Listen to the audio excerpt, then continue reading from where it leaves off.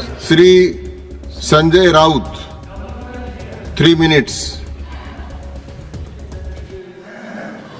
Sir, गृह मंत्रालय के ऊपर हम चर्चा कर रहे हैं, लेकिन मैं देख रहा हूं बहुत से हमारे सदस्य ने औरंगजेब पर चर्चा की। क्या दिन आए हैं कि इस सदन में, इस उच्च सदन में औरंगजेब के ऊपर लोग चर्चा कर रहे हैं, और उसके लिए मैं मानता हूं जिम्मेदार सर हमारा गृह मंत्रालय है। अगर समय रहते 3 मिनट तो मेरे पास है, वो तो मुझे बोलने दीजिए।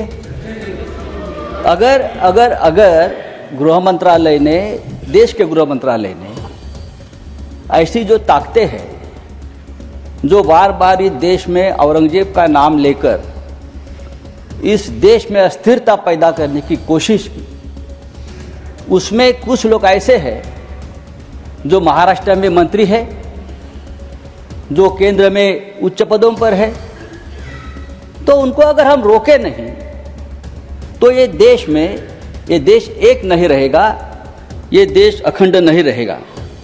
देश में एकता और अखंडता कायम रखने का काम ये गृह मंत्रालय का है।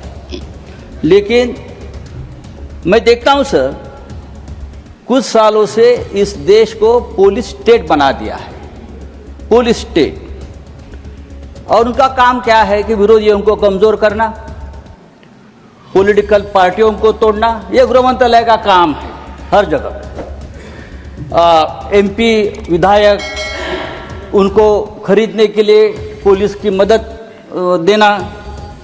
अगर ये हो जाएगा तो जो असली काम है गृह मंत्रालय का, लॉ एंड ऑर्डर, देश को एक रखना, सुरक्षा रखना। एक मणिपुर कल तक जल रहा था, लेकिन अब महाराष्ट्र को भी जला दिया, महाराष्ट्र को जला दिया। नई लाशें बिछाने के लिए गड़े मुर्दे आपने उखाड़ दिए, नई लाशें बिछाने के लिए आपने गड़े मुर्दे उखाड़ दिए, और वो भी औरंगजेब के नाम पर।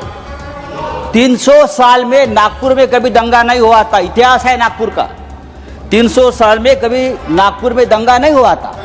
नागपुर जैसे शहर में अगर दंगा होता है, और वो भी हमारे महाराष्ट्र के मुख्यमंत्री के विधानसभा क्षेत्र में, अरे मैं ये कहना चाहता हूं, अगर आपको औरंगजेब का कबर तोड़ना है तो बेशक तोड़िए, आपको किसने रोका? आपकी सरकार है, केंद्र में और महाराष्ट्र में आपकी सरकार है, गृह मंत्री आपके हैं, महाराष्ट्र में मुख्यमंत्री आपके हैं। आप जाइए, हाथ में फावड़ा विवड़ा लेकर उधर जाइए और तोड़ दीजिए।